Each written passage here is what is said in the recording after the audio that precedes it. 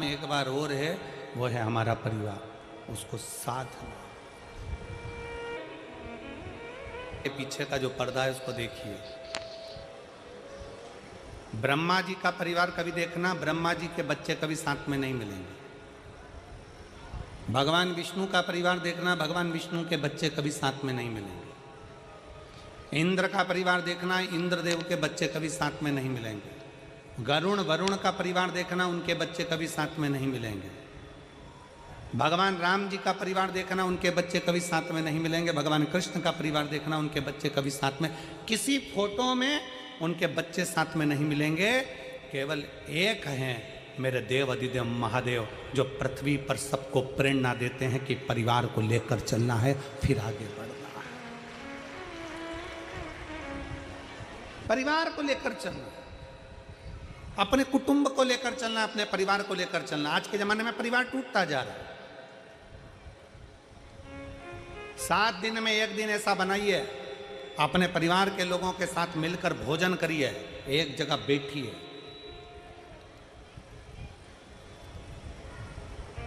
आज से उत्तर भारत का छठ पर्व प्रारंभ हो रहा है। संपूर्ण देश विदेश में, संपूर्ण भारत में छठ पर्व की बड़ी महत्वता है। दुनिया के सारे व्रत 12 घंटे, 13 घंटे, 14 घंटे, 15 घंटे, 18 घंटे, 20 घंटे, 24 घंटे के होते हैं, पर भारत की भूमि का, सूर्य की उपासना का, षष्ठी माता की, छठ माता की उपासना का ये छठ पर्व 36 घंटे का व्रत होता है। 36 घंटे का व्रत होता है।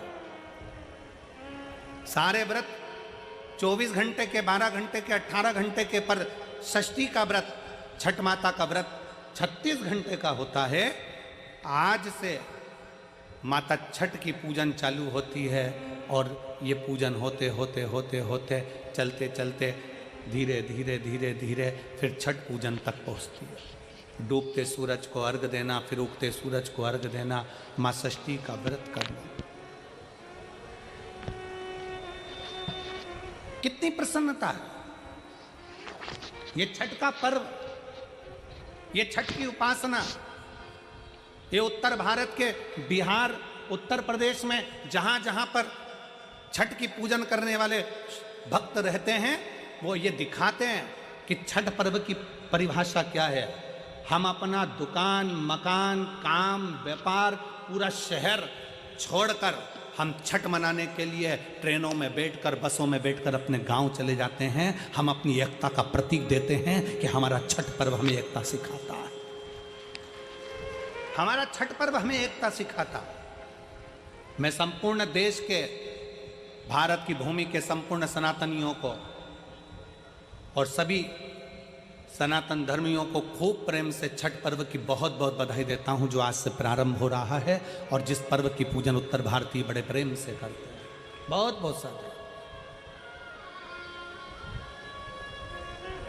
हमें एकजुटता दिखाना। मेरे शंकर भगवान अपनी गोदी में कार्तिकेय जी को रखे हैं, मेरे शंकर भगवान अपनी गोदी में स्वयं श्री गणेश जी को रखे हैं, मेरे शंकर भगवान अपनी गोदी में अशोक सुंदरी को रखे हैं, मेरे शंकर भगवान अपने तन पर अपनी 5 बेटियों को भी धारण कर कर रखे हैं, जया, विषहरा, शामली बारी, दौतली, देव।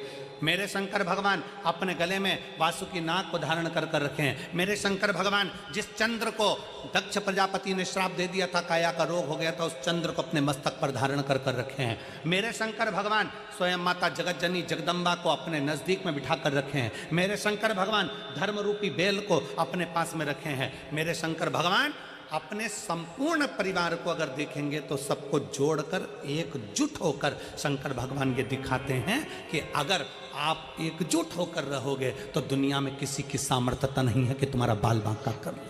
तुम्हारी एकजुटता होना चाहिए। उसको धन्यवाद कहो। पहले के जमाने में लड़की की शादी करते थे ना, तो बहुत बड़ा परिवार देखते थे। क्यों नहीं मेरी हरियाणा की जीजी हो, सही है कि गलत है? जम के तो बोलो जरा, सही है ना? पहले जब ब्याह करते थे, शादी करते थे तो बड़ा परिवार देखते थे। कितनी बुआ? तो के 4-6 बुआ हैं। अच्छा, हाँ। कितने मामा? के 3-4 मामा है। चलो बहुत बढ़िया। काका ससुर के 5, बहुत जोड़ दो। लड़के के ताऊ के 3 ताऊ हैं, बहुत बढ़िया। मौसी 4 मौसियाँ, 4 मौसा है, नाना नानी है, परिवार है, मामा काका बुआ सबको देखकर, बड़ा परिवार देखकर बेटी का ब्याह करते थे। क्यों करते थे? कि बेटी की जिंदगी में थोड़ा सा भी दुख आए ना तो वो अपने दुख को किसी से कह दे। कहेगी ना तो मन हल्का हो जाएगा, मन हल्का हो जाएगा ना तो फिर वो गलत कदम नहीं उठाएगी, मरने की नहीं सोचेगी, किसी ना किसी को अपने दिल की बात तो कह देगी। इसलिए पहले के जमाने में बड़ा परिवार देखते थे, बहुत बड़ा परिवार देखते थे। आज के जमाने में नया फैशन आ गया, परिवार छोटा देखा जाता है। कितने लोग हैं? सास ससुर रहेंगे, लड़का रहेगा, लड़के की एक बहन रहेगी और लड़के का एक भाई रहेगा। और राम, इतना बड़ा परिवार। छोटा देखो, फिर छोटा देखा, कौन कौन है? सास ससुर है, लड़का है और लड़के की बहन है और कोई नहीं। अच्छा, और देखो, फिर देखा तो कहे केवल ससुर है, लड़का है, ना बहन है, ना सास है। कहा बस यहीं पक्का कर दो, क्योंकि इतने सारे को कौन झेलेगा। विचार।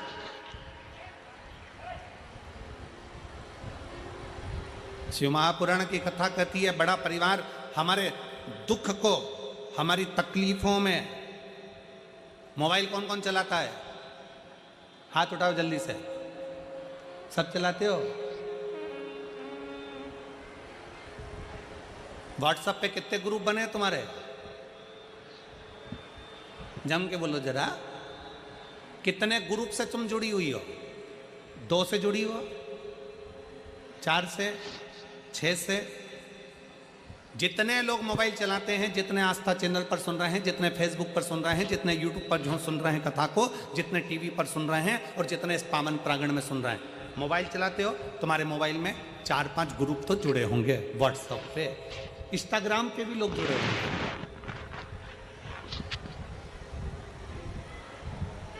मोबाइल में नंबर भी बहुत सारे होंगे, फिर भी हम छोटे से छोटे नंबर ले लें तो भी तुम्हारे मोबाइल में लगभग 1000 नंबर तो जुड़े ही होंगे। बोलो सही है कि गलत है? जम के बोलो जरा। इंस्टाग्राम पे भी 200-500 लोग तो जुड़े होंगे, फेसबुक पर भी लगभग 200-400 लोग तो जुड़े होंगे। बोलते जाओ, सही है कि गलत है? यूट्यूब पर भी तुमसे 200-500 लोग जुड़े होंगे।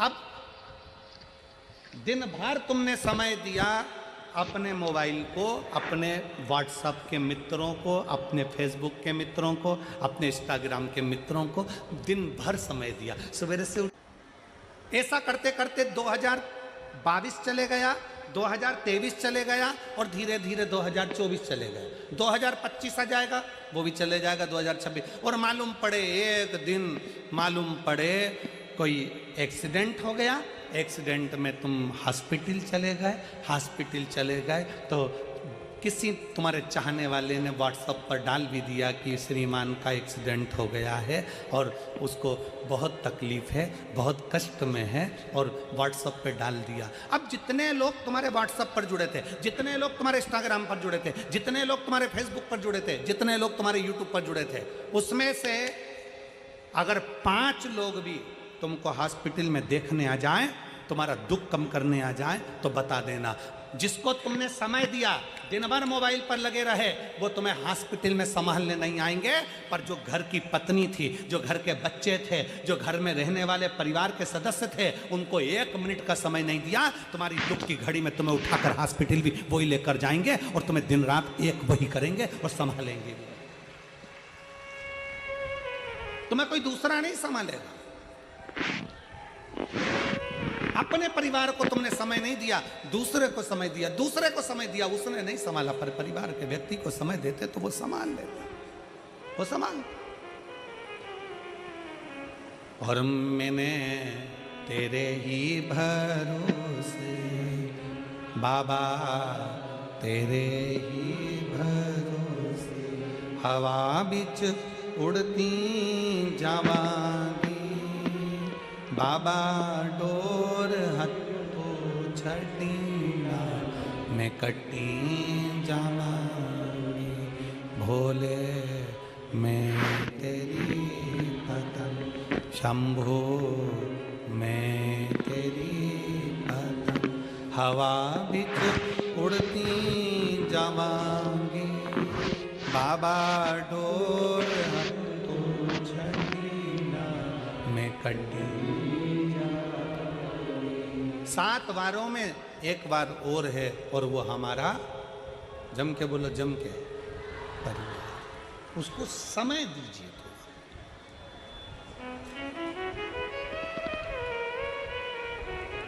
उस परिवार का एक सदस्य और है,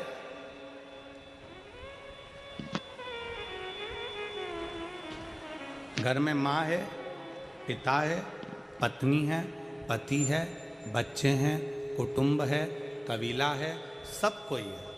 परिवार में अपने अपने घर के परिवार में एक व्यक्ति को और जोड़ लो, एक सदस्य और जोड़ लो, और वो है मेरा देव अधिदेव महादेव। उसको अपने परिवार का सदस्य बना, उसको अपने परिवार का सदस्य। जब वो परिवार का सदस्य बन जाएगा ना, दुख नहीं आने देगा। एक पत्र है, उसका काम है। अपने आप को सेठ समझना बंद करो।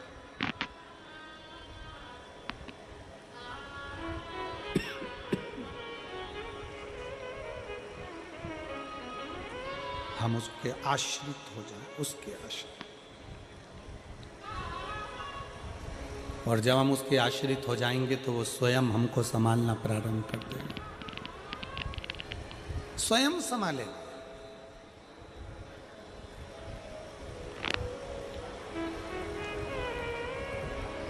हम क्यों शिव को अपना नहीं बना पा रहे?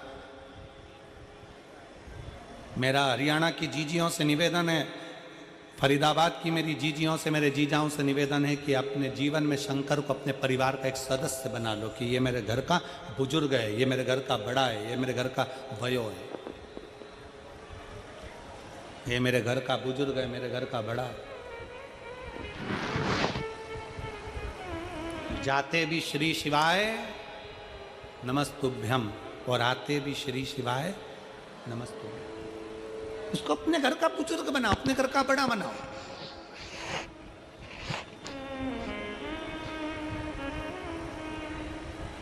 आते जाते शंकर भगवान के नाम का स्मरण करिए, आते जाते। जब हम शिव जी के नाम का स्मरण करते हैं, आते जाते भगवान शंकर को याद करते हैं, आते जाते शिव तत्व को स्मरण करते हैं, शिव को स्मरण करते हैं, शंकर को याद करते हैं, वो हमारे घर का मुखिया है, वो हमारे घर का बुजुर्ग है, वो हमारे घर का बड़ा है।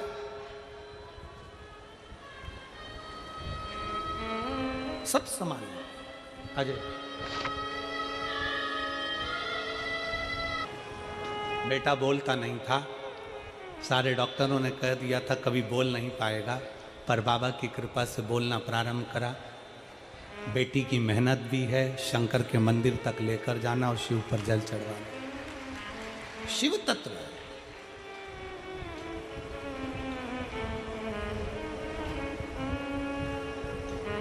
बाबा को अपना मान कर। कल कथापन श्रवण कर रहे थे, माठी के घरों में संतान के लिए उसने बहुत तप किया था, बहुत, कि मेरे घर में औलाद हो जाए, मेरे घर में संतान हो जाए। 100 वर्ष तक लगा रहा, कई वर्ष तक तप साधना में लगा रहा। आखिरी में देवाधिदेव महादेव ने वर दे दिया था कि माटी तेरे घर में पुत्र का जन्म होगा, तेरे घर में बेटा होगा। पीछा नहीं छोड़ा शिव का, शंकर को भजता रहे, भगवान शिव की आराधना करता रहा। हारना नहीं है, यहाँ जितने बैठे हैं आप सबसे निवेदन है, कभी जिंदगी में नहीं हारना, कभी जिंदगी में हारना भी नहीं, और कभी किसी जिंदगी में कभी ये नहीं सोचना कि अब मैं कुछ कर ही नहीं पाऊंगा, अब मैं आगे बढ़ ही नहीं पाऊंगा, अब मैं आगे करूंगा क्या, क्या होगा। नहीं, उसके आश्रित हो जाओ। ये विचार छोड़ दो कि कुछ नहीं कर पाओगे। फिर निवेदन है, अपने घर में आप कचरा नहीं रखते, अपने घर में कबाड़ा नहीं रखते, अपने कमरे में बेकार चीज नहीं रखते, उसी तरह मेरा भोले बाबा भी अपनी पृथ्वी पर किसी को ऐसे ही नहीं रखता। जो कीमती है मेरा शंकर भगवान उसी को पृथ्वी पर रखता। जो कीमत वाला, जो श्रेष्ठ है मेरा शिव, उसको अपने पास में रखता, मेरा शंकर उसको अपने नजदीक में रखता।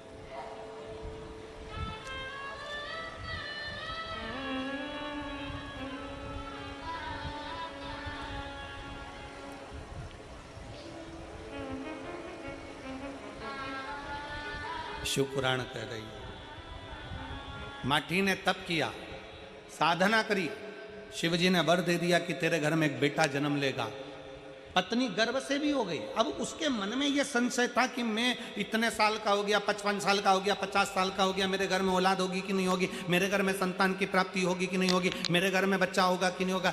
भगवान पर अगर भरोसा करा गया है तो भगवान उस भरोसे को कभी नहीं छोड़ता। एक पत्र है ना, अपने दुख को, अपनी तकलीफ को अपने महादेव के पास जाकर करना, शिव के पास,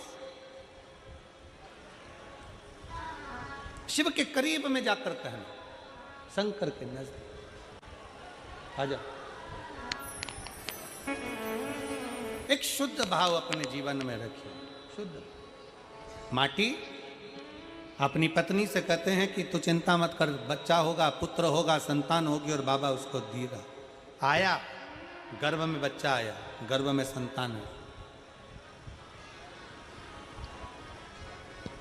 वो मानती ब्राह्मण के पत्नी के गर्भ में संतान तो आ गई। स्त्री का गर्भ 1 महीने का, 4 महीने का, 6 महीने का, 9 महीने का, 10 महीने का होता है।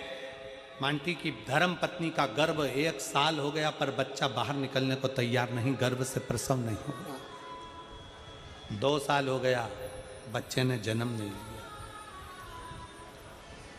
3 साल हो गया, बच्चे ने जन्म नहीं लिया। 3 साल हो गए, बच्चा जन्म नहीं ले रहा है। 4 साल हो गए, गर्भ से बच्चा जन्म नहीं ले रहा। समझ में नहीं आ रहा। मांटी ब्राह्मण ने शंकर जी को फिर 1 लोटा जल चढ़ाया। शिव जी को जल चढ़ाकर कहा, बाबा मेरी पत्नी के गर्भ में बच्चा है पर वो गर्भ से बाहर नहीं निकल रहा। पत्नी के गर्भ में बच्चा है पर वो गर्भ से बाहर नहीं निकल रहा। शंकर भगवान ने अपने गण को भेजा और शिव जी ने अपने गण को भेजा गर्भ के अंदर पूछने के लिए, मालूम करो कि वो बच्चा जन्म क्यों नहीं ले रहा, वो बच्चा जन्म क्यों नहीं ले रहा।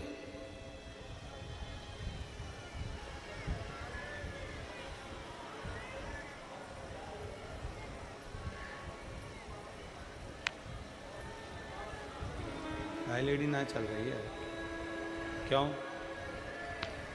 पुराण कर रही है। भगवान शंकर का संवाद करा, शिव तत्व करा।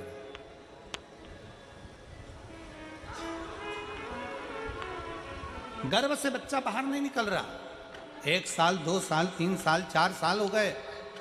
भगवान शंकर ने अपने गणों को भेजा, भगवान शिव ने अपने गणों को भेजा, जाओ जरा पता करो क्या बात, जाकर मालूम करो। पता करा,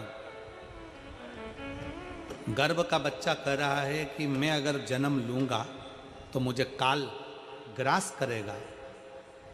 जन्म लेने के बाद फिर मुझे मरना है, फिर जन्म लूंगा, फिर मरूंगा, फिर जन्म लूंगा, फिर मरूंगा। ये काल मुझे बार बार पकड़ता है, बार बार मुझे मारता है। इसलिए अब मुझे संसार में नहीं आना, इसलिए मैं जन्म नहीं लेना चाहता।